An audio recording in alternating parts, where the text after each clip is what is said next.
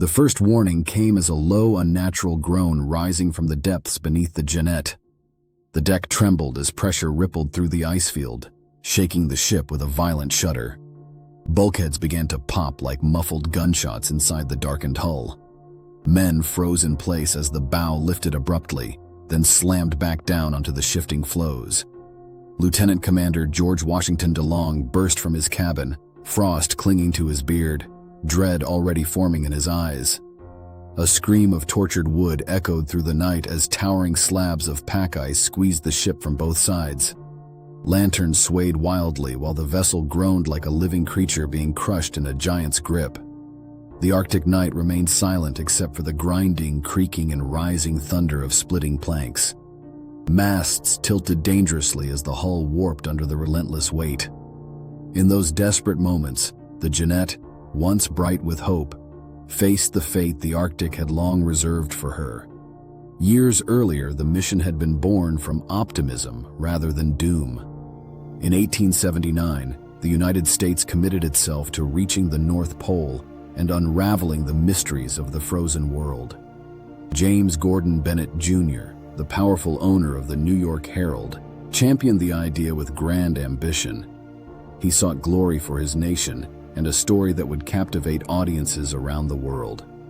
Lieutenant Commander DeLong, disciplined and resolute, accepted command of the journey with unwavering confidence. His belief in the theories of German cartographer August Petermann, who argued that an open polar sea existed beyond the ice, fueled his determination. The Jeannette sailed from San Francisco under golden summer skies, greeted by cheering crowds and hopeful families. Excitement rippled through the harbor as the ship passed the Golden Gate, embarking on a voyage meant to secure America's place in polar history. Sailors stood proudly along the rails, unaware of how harshly the Arctic intended to judge their ambition. DeLong gazed northward with resolute eyes, committed to pushing farther than any American expedition had gone before. As the Jeannette progressed north, the sea darkened from bright blue to iron gray, signaling the transition into a harsher world. The first skim of new ice formed around the bow in thin, glass-like sheets that crackled under the hull. Crew members leaned over the rails, marveling at the transformation as white crystals spread across the water. The novelty vanished when the ice began striking the hull with heavy thuds, slowing the ship's advance. Inside the officer's cabin, men studied Arctic charts beneath flickering lanterns while frost crept along the wooden walls. The ship soon found itself locked in place, trapped by a thick sheet of newly formed pack ice. Sounding lines revealed no hope of escape. The Jeannette had become a prisoner of the drifting floes. A quiet unease spread among the crew as they realized they no longer controlled their destiny. Each day the ice rose higher around the hull, forming ridges that leaned against the ship like frozen cliffs. The sun dipped lower on the horizon until it vanished entirely, plunging the expedition into polar night. Inside the freezing vessel, sailors slept in layers of furs, breath fogging the air as they huddled together for warmth. To preserve morale, DeLong ordered daily exercise marches on the ice, despite frigid temperatures and growing exhaustion. Sailors chipped ice from ropes and rigging, only to watch it reform faster than it could be removed.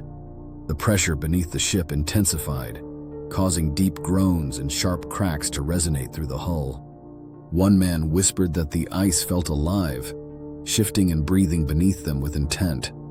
Despite the mounting tension, the crew pinned their hopes on the coming summer, believing the thaw would free the Jeannette, but the Arctic had no intention of letting its captive go.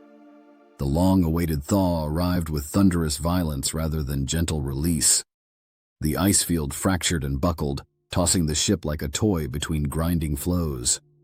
DeLong ordered the small boats prepared, and men dragged them across the unstable surface as cracks spread beneath their feet. The ship lurched violently, prompting DeLong to shout, "Abandon ship! Every man to the boats!" Sailors scrambled onto the shifting floes, clutching provisions and equipment as the deck tilted behind them. The Jeannette groaned beneath the crushing force, her masts buckling and timbers snapping in rapid succession. Awash in chaotic moonlight and drifting snow, the ship was slowly torn apart by rising pressure. Her final collapse echoed across the ice as she disappeared into a jagged, heaving crevice. The men rowed away in 3 small boats, stunned by the realization that their home and lifeline had been erased in an instant. A brutal storm descended, battering the open boats with sleet and towering waves. Fog enveloped the survivors, separating the boats and silencing their calls. A sailor collapsed forward in one boat, and his companions lifted him silently into the sea after he drew his final breath. Icebergs drifted around the tiny vessels like ghostly sentinels beneath a restless, storm-churned sky. A break in the weather revealed distant cliffs rising from the water, Siberia, offering a glimmer of hope. But hope dimmed when one of the boats vanished into another sudden squall, lost without a trace.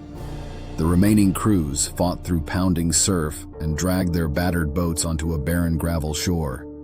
Exhausted, starving, and frostbitten, the survivors collapsed on the lonely Siberian coast. The survivors staggered inland across swampy tundra, their bodies skeletal and their clothes in tatters. The second boat's crew washed ashore exhausted but alive, while the missing boat remained unaccounted for. DeLong led his remaining men deeper into the Siberian wilderness, trudging through knee-deep bogs under relentless rain. Their final rations amounted to almost nothing, biscuits no larger than a coin and scraps barely worth chewing. DeLong met with his officers and accepted the terrible truth. The march was their only chance. Some of the weakest collapsed in the marshes, unable to rise, breaths shallow and fading.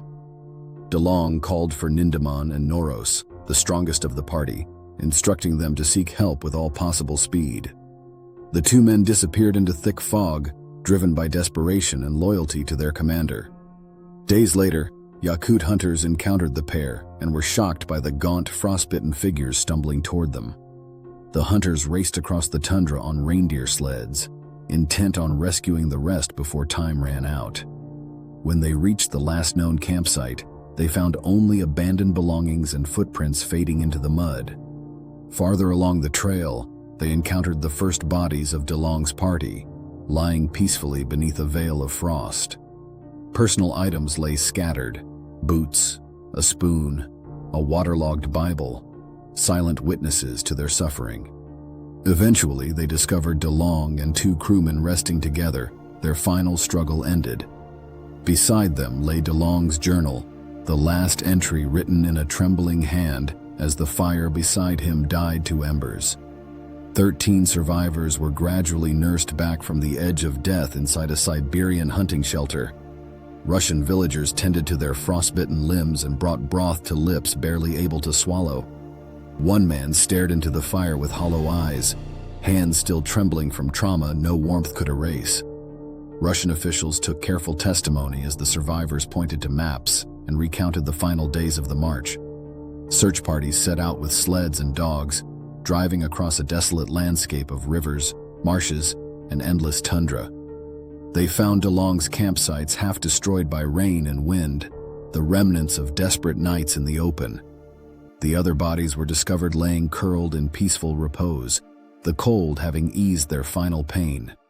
Each was wrapped with care and carried across the tundra as dusk cast its pale light over the land.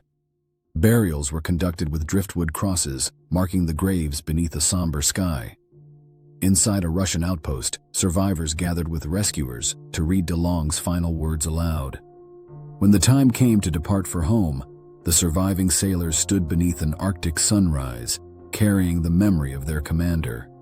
One man held a fragment of the Jeannette's timber, its cracked surface a fragile reminder of the ship that had carried them into the unknown. Upon returning to the United States, the survivors were greeted by crowds filled with both pride and grief. Newspaper presses roared as stories of the tragedy spread across the country. Scientists examined DeLong's drift data, using it to refine maps of the Arctic and redefine knowledge of polar currents.